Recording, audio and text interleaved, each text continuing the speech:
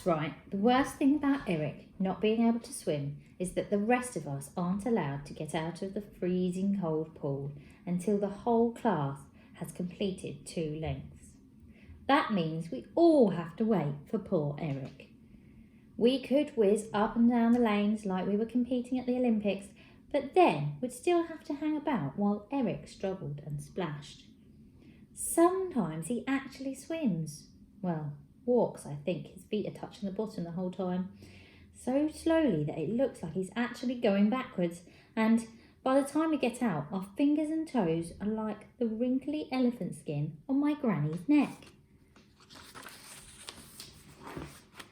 But the swimming lesson this morning was a little different. We all lined up as usual, ready to jump in and get our freezing cold lengths over and done with. Poor old Eric tiptoed along the wall with his nervous, wobbly legs.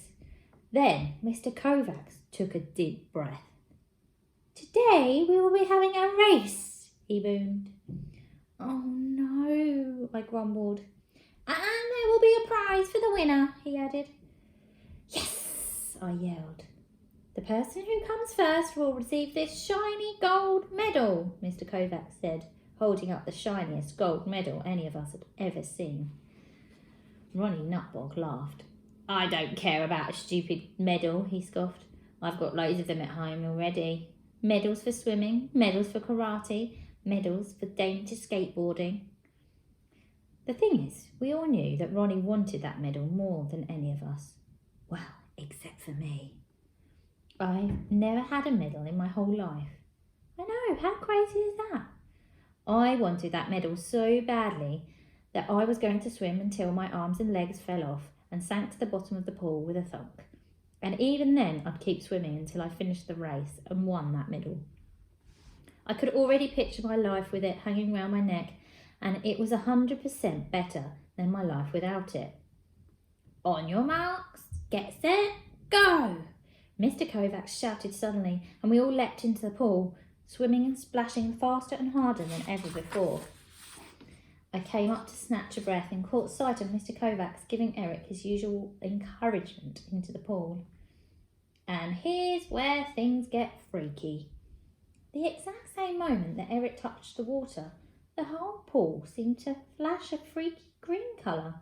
In fact, it was the exact same green as the lightning I saw in that storm last month.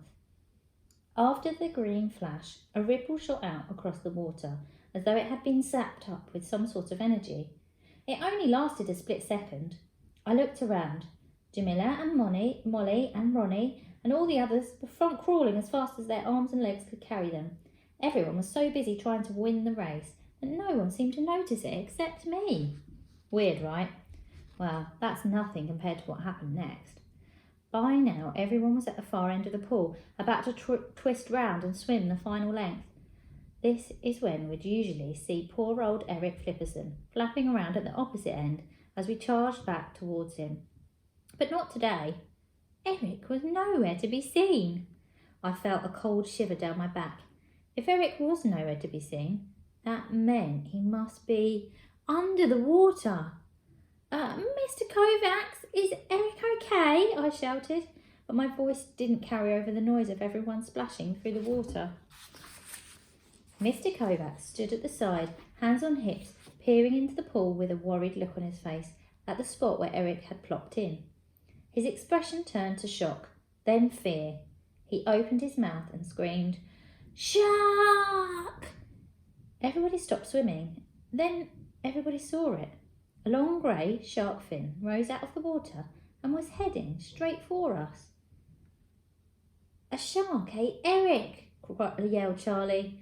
There was total panic. Splashing, sploshing, splishing, maybe even a bit of splushing. We all made a dash to get out of the pool before we joined Eric in the shark's belly. But everyone smacked and bashed into one another in a rush to climb out, and we all fell back into the water. "I'll create a distraction," Mr. Kovacs yelled, and he ran to the side of the pool and leapt in. I thought this was pretty cool, because if I were him, I would have left us all to be gobbled up. But it was no use anyway. Mr. Kovacs' heroics failed when the shark used its powerful fin to create a huge wave.